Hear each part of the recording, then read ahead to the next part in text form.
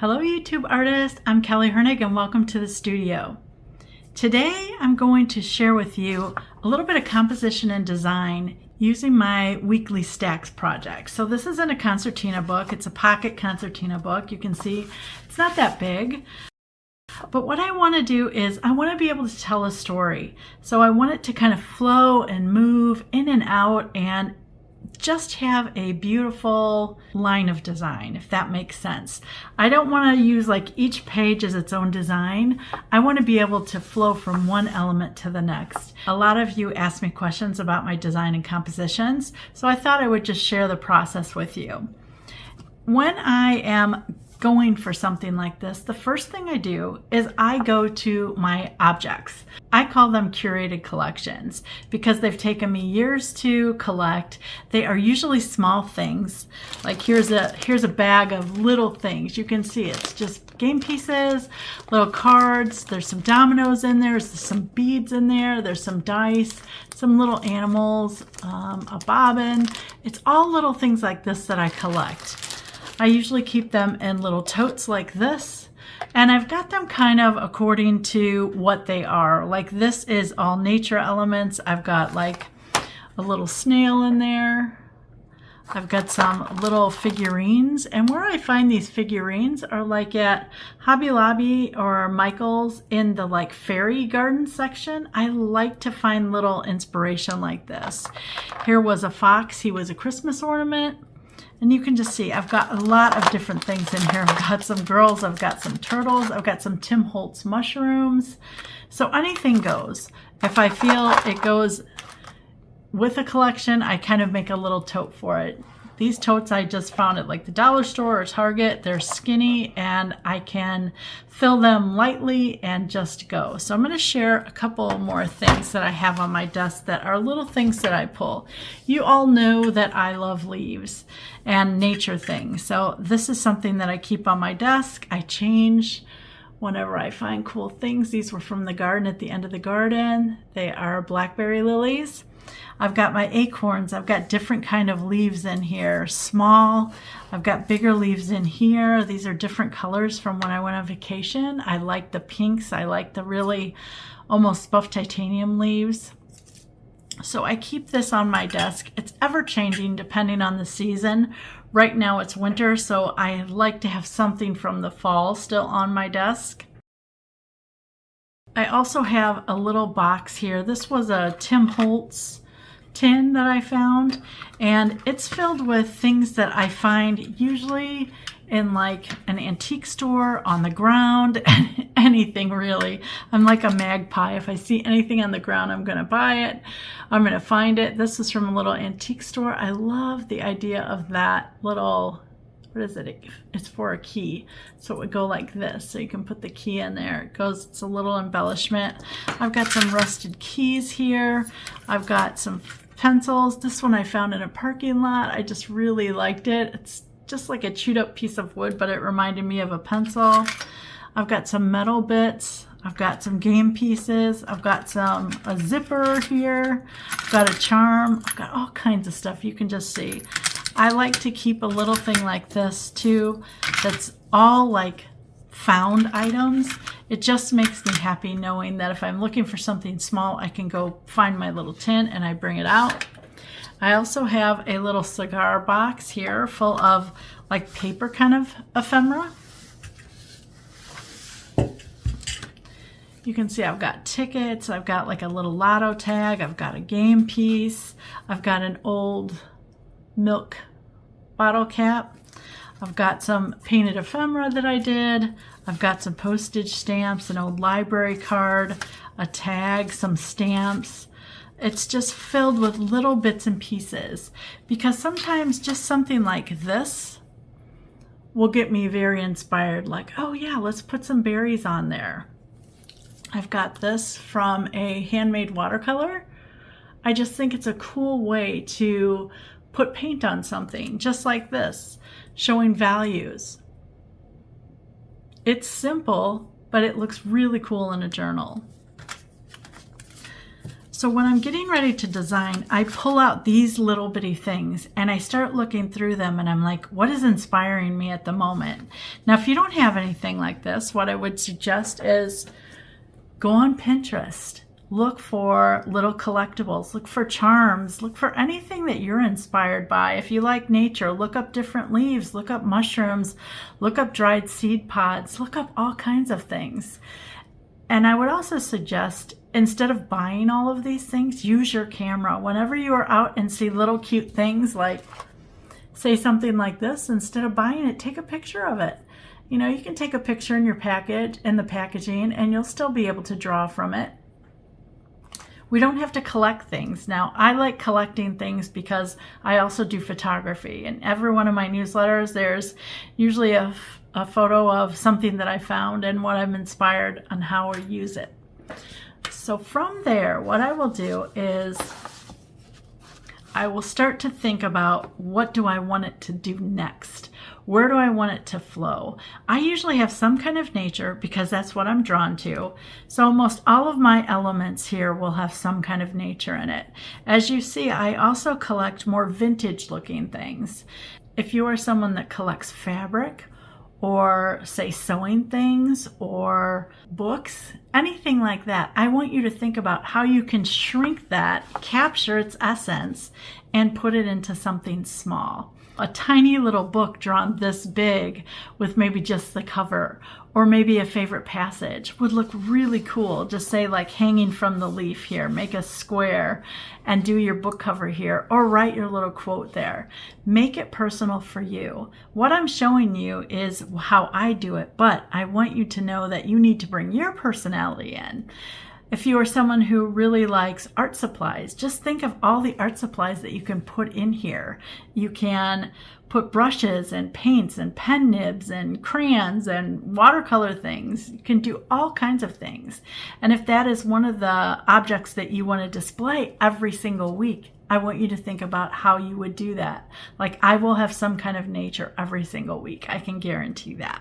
So next, let me show you some of the things that over the years, with all the designing and all of the concertina books I have a whole folder here of tracing paper. So these tracing paper things have all kinds of different designs on them, and I can use these over and over. After all, they're my drawings. You can see this is packed full of different leaves and acorns and birds and snails. You just see all the different things. So this is a treasure trove in itself. If I'm thinking about what would an acorn look like next to here, I can find like an acorn that I've drawn already and I can try it out here. So having something like this in your arsenal, if nothing else, if you just sit and draw things on a piece of tracing paper, you will have so much more fun actually putting them in and trying them out. And you can see the list my pile just goes on and on and on. I've got different leaves. I've got some that are heavier than others. This was a giant branch that I was working with. I've got a little turtle here in a corner. I've got a little chick here in the corner. You can see it's just a lot of things that are drawn already because I've been doing this I've been doing concertina books now for several years. And tracing paper, it just looks like this. It's just plain tracing paper. It is clear, so you can see through it. Let me put the stacks under there. So you can see pretty good through it. I would suggest you go into the kids section. Like if you go to a Walmart or something, buy tracing paper in the kids section. You usually get a lot more sheets for a lot less money. So that's my big tip for you. If you take any classes that give you drawings, like this was from my Circle of Delight class, I give you drawings of art supplies. I give you drawings of some plants, give you drawings of some everyday things. Now this is a great thing because now you have objects that you can draw from. And again, these are, put them on tracing paper and then you've got them where you can actually see the size of them. So if you've taken any classes with things like that, it's a great thing to pull out and keep close. Like I just have them in a manila folder. That way I know where they are all the time. So let's talk a little bit about design and flow. So you can see that this is a concertina book, which means the story just goes on and on and on. And one of my things that I liked last year, working in the concertina book in my found and curated class, is the continuous story, because I saw me develop in a different way. I found that I wanted it to have flow and meaning and a little bit of vulnerability that I hadn't had in previous years. And by working in the concertina, it really opened me up as far as colors, how I intuitively designed. Yes, I was using a lot of elements, but it gave me a different reason to manipulate them, not always in the way that they're supposed to be. By that I mean, so this is a rabbit. Normally he's on the ground, right? But maybe in my design, I have him sitting on top of something like this. So what that did for me is it opened it up to new possibilities. So what is this sticking on? What am I hanging down from here? What is he doing up there? What is he looking at? You can see he's looking back. Do I want him to look back at something, or do I want him to look forward at what's coming, leading your eye this way? Same here. Do I want it pointed this way, or do I want it pointed this way, leading your eye this way? You can see it makes a difference. Just by him looking that way and this pointing this way, you're already going forward. Where if I have him looking back and this going forward, you're looking at what is he looking at?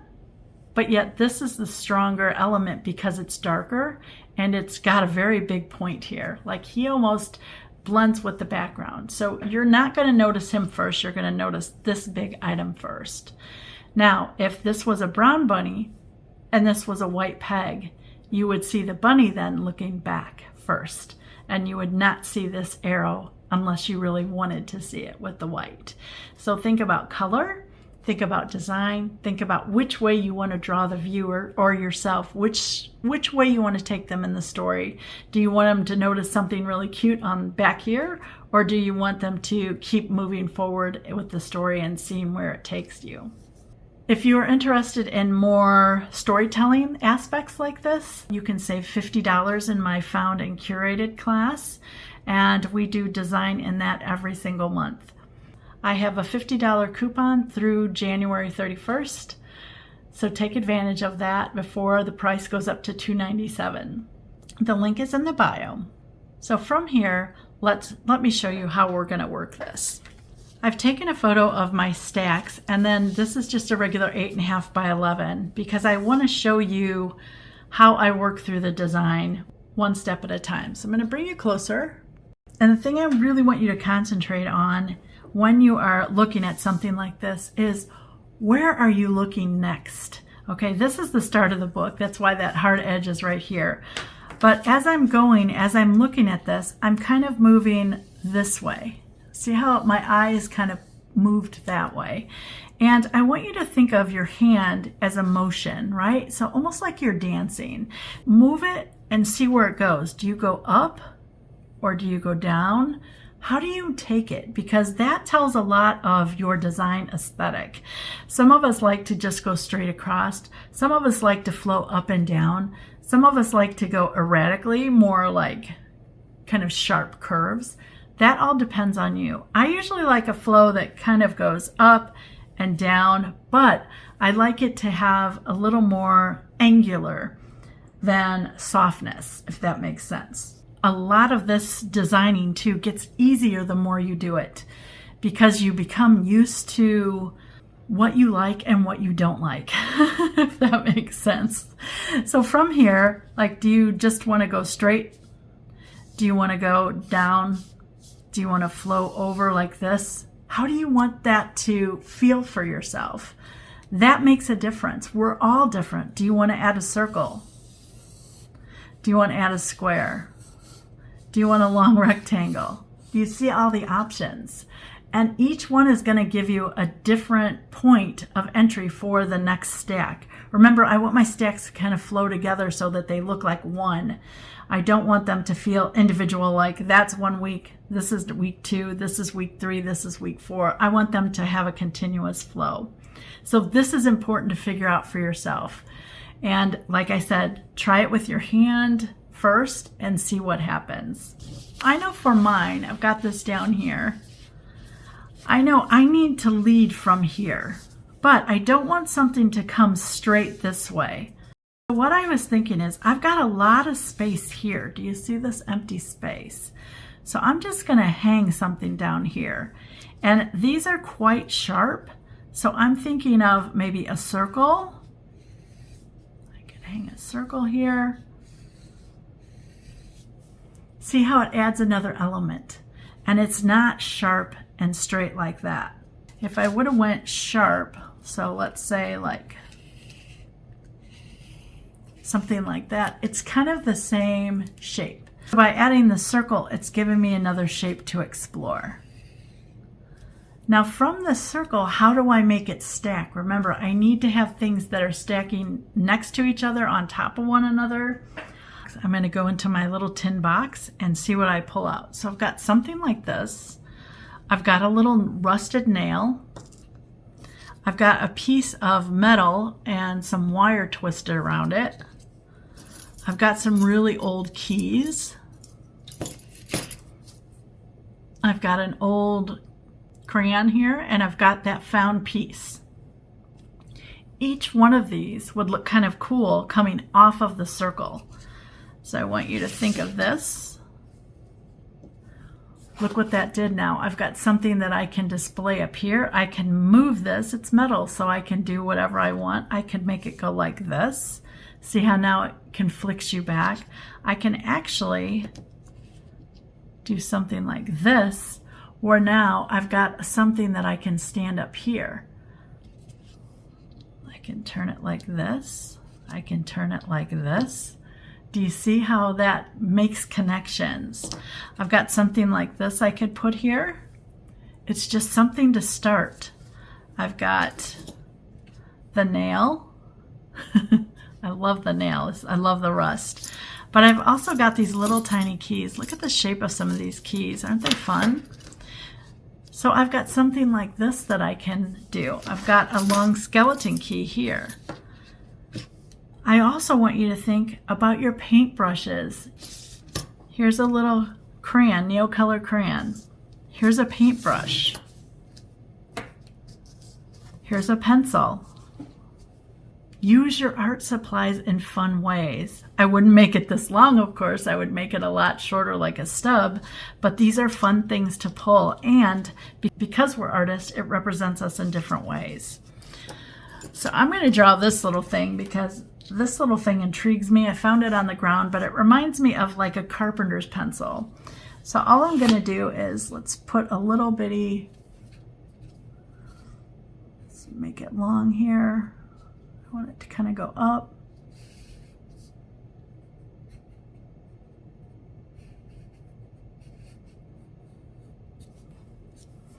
Now you see this gives me a ledge. So I can go up here, I can hang something down, I can do whatever I want, but the stack is starting. So I've pulled this, now I've got that. I want to go taller, and so let's look at a leaf, and let's look at the Tim Holtz mushrooms. I really love the Tim Holtz mushrooms because they're fun and they're different shape. But if you just Google mushrooms, you come up with so many different shapes. And then I've got a leaf here. This leaf is too much like this leaf. I'm gonna not use that. But I've got a little oak leaf right here, which it's totally different. That's what I want. But I'm intrigued by these mushrooms right now. So let me just put, I'm holding it so that I can kind of draw it. Let's see, do I want it close? I kind of want it far. I want some space in here. So let's go up.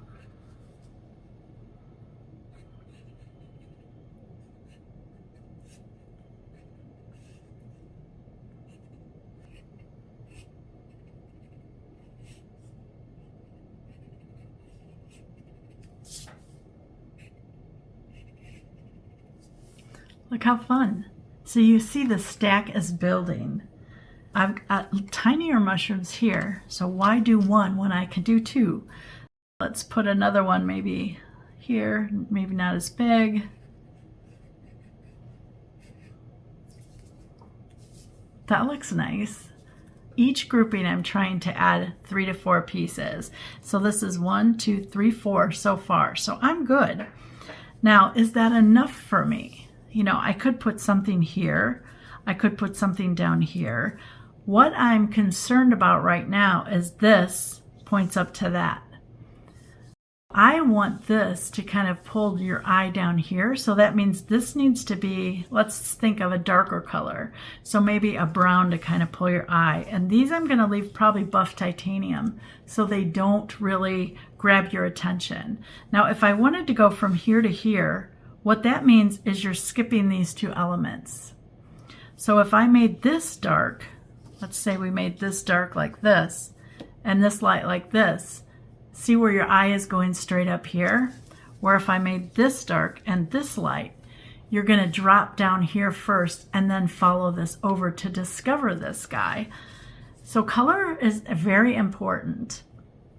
I want you to think about that as design, and just you can see just by changing them out this way and this way, you can see where your eye is going to go. And all I suggest is whenever you have certain paint colors, you do little chips. So think about little chips about this big, little color story chips, whatever palette you're using, and cut them out so that you can kind of place them in the area and change the color. Which one are you going to look at first? You know, those kind of things. And that will help you work through your color ideas as well. So I want to actually pull something down this way. I'm not sure what. I kind of like that little oak leaf. He's kind of fun.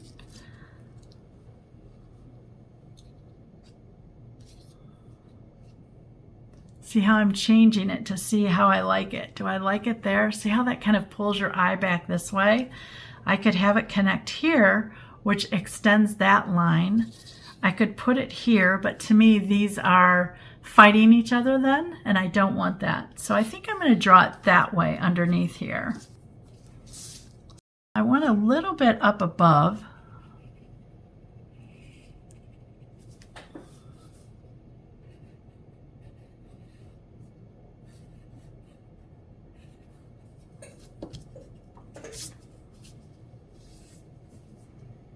And that looks nice. So see how that is giving it a movement down here, which is great because it's setting up now my next stack.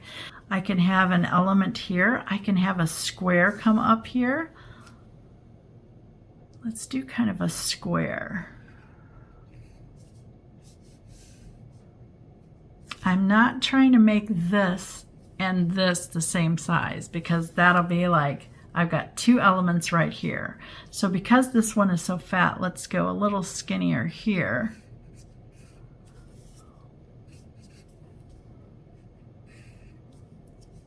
Let's make it more like a tag.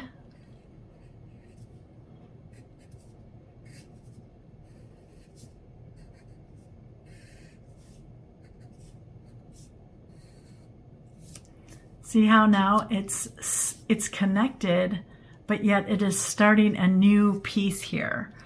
I have this one leaf that I absolutely love that I found when I was on vacation. Do you see? It's just a singular leaf, but I love this stick. So what if I stuck the stick in here through this? So I could stick it through the hole this way. I could stick it this way. I can angle it a little. I can do whatever I want with it. I can also put a string up here and just tie something here.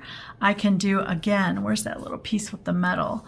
I love this thing. So I could have it standing up here and have the hook of the metal go through the little hole there. And then that gives me a nice flat space up here to work with. And I can set something up here. I could also have it where I'm moving the wire here. So I could have the wire going through the hole, but I could actually have this coming out this way, or I can stand it on its end. Each one of those is changing the flow of the piece. Do you see that? So it's coming this way. Let's go that way. So are you going to follow the heavy line or are you going to follow that line? That's what you need to think about when you're designing and you keep going. Again, a lot of this is personal preference, but the more you do it, the more it becomes intertwined. And that's what I'm looking for in this story. I'm looking for them to tangle with each other, to complement each other, but yet be representative of what I collect, which is nature, which is vintage things, which is fun little tags and charms. The more ideas you have, the more possibilities it presents. Because every one of these can become an art thing. You know, this I can make into a little color chart if I want. I can have it colors, right? I can have this be color squares. If you want it to really represent your art in a different way, you know, each one of these we can change to an artist appeal to us. And I think that that's a really fun way to try composition and design in the way that it feels right to you. Because as artists, that's what we surround ourselves with. Curious things that pique our interest. Whatever you are drawn to, whether it's nature or rocks or leaves or fabrics or color swatches, it's totally up to you. And I think when you're starting a project like this where you are the boss of yourself and you have the freedom to do whatever you like, don't underestimate that and give yourself the power of play and the power of just trying something. I mean, this is just paper. So if I'm unhappy with it, I just try it again until I get it in the right composition or the right sizes and shapes. This is a little too long for me. I would like to bring it a little squished in so that it's a little tighter. I don't like this much airspace, and that's just me being picky. It won't go in my book until I'm totally happy with it. When you're first starting though, this is the best way to start because you're trying things out. And instead of drawing on paper, you could actually draw them out, like I said, onto tracing paper first, cut out a bunch of little pieces and shapes, and then just sit there and move them around. That is how I started design way back in 1990s, is I actually drew all of my elements onto tracing paper, cut them out, and then I was able to manipulate them the way that I wanted. And that's going to make a difference too on the size of your book and the shape of your book. You know, is it a bigger book? Then you need bigger shapes. Is it a smaller book? Then you need smaller shapes. But it's also a way to experiment with sizes and form and different angles and different elements until you find the right size. So this is really about experimenting for yourself and getting comfortable with how your flow of design is. You can see now it has kind of a flow that goes up and down, or it goes this way and down this way, depending on what color I choose. I know I'm going to pull this dark. This will probably be dark so that it pulls your eye this way and back up. I want those to be discovered later. So they will probably be a lighter color. Exploring color and what's on your palette is a great way to do this too. I would suggest limiting your palette to maybe 6 colors. And once you get about 4 or 5 weeks, add another color if you want, or change out a color. That way you have the continuity of color in your piece too, so that that tells the story and furthers the narrative of where you want to go and where you want us to head into. I hope that seeing me work through this for the stacks has given you a lot of time to think about design and composition and help you just explore tiny things at a time. It is one of my favorite things to do is design and composition. So if you liked today's video, please let me know that in the comments. All of my supplies and the link for the class will be in the video description box. If you were inspired by today's content, please like or comment. If you haven't subscribed, please click the button. And as always, thanks for watching.